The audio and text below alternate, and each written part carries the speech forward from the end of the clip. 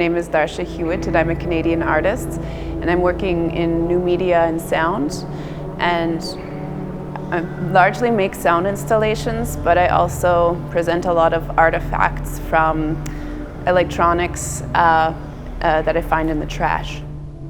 A resident at KONTEJNER as part of the EMAP program, and I've been here to develop the Protoplastic Groove, which is the second work in a trilogy called Fidelity Wasteland. And all of the works in that series really look at the material, like the material waste of music. We often think of music and sound in general as this sort of immaterial experience that we sense with our ears and our feelings, but we don't often think about the things that make music happen. So the starting point of this work was a fascination that I have with shellac. At the beginning of recorded music industry, you had these pre-vinyl records that were made out of shellac, and I thought this was curious material, so I did some research on it, and it turns out that shellac was just there right before plastic came along, and rather than it being some sort of material that's extracted through mining, it's actually a resin that's excreted by the lac beetle. So she excretes this resin into the tree to shelter her babies, and then there was a huge harvesting industry globally set up around this byproduct. And I thought this was really interesting that the first musical recordings that we have are engraved onto an insect survival strategy. So I really started from there. As part of this residency, I also worked in southern Germany in St. Georgen in the Black Forest, and this is where the record player industry really grew out of, like post-cuckoo clock time.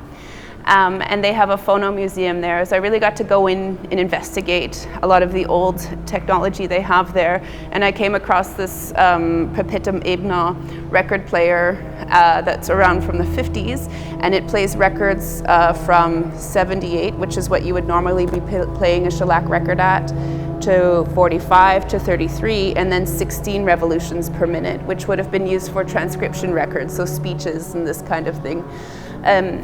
And I mean, I did this classic thing where you just take a record or you take an audio and you slow it down. So rather than playing shellac at 78 revolutions per minute, I'm playing it at 16 revolutions per minute.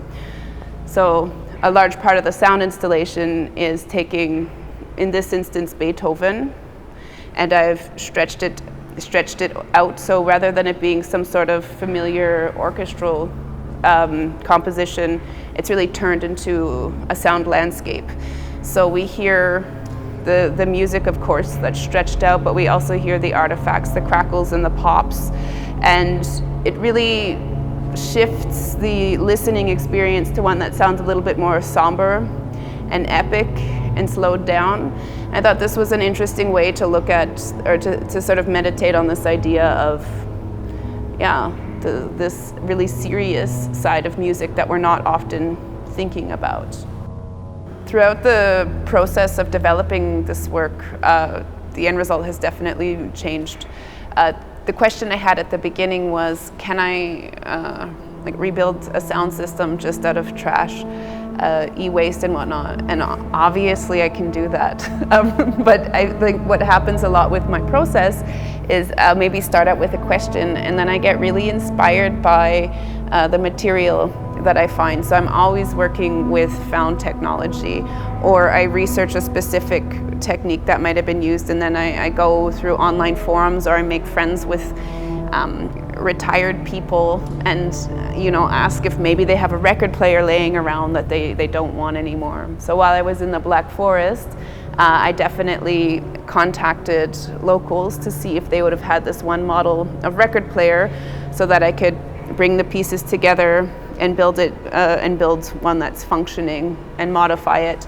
And along the way, what I thought was interesting too is when you go and you find an old record player, it's not, I mean, it's still like, it's rather simple and mechanically speaking. So all the electronics are intact, but sometimes the material surfaces change. So part of the work that I present along with the sound installation are the platters that were on the record players themselves. And each one's a bit different. One looks like it had like acid poured on it or something. So you really get this feeling of deterioration. The records themselves too hold a lot of history. We have the music that's on them, but then, as I was saying, you have like the dust and the scratches, and all of this to me is quite valid. So with High Fidelity Wasteland, the idea is to take this obsolete material that has been cast away, you know, for the next, so that we can move on to the next form of whatever media player, to take something old and really make it shine, so refine it really nicely, make the sound that it's producing sound really epic, so you have this high-end sort of high fidelity experience. So an important part of the work, where we see a record player playing, I'm also exposing the electronics underneath.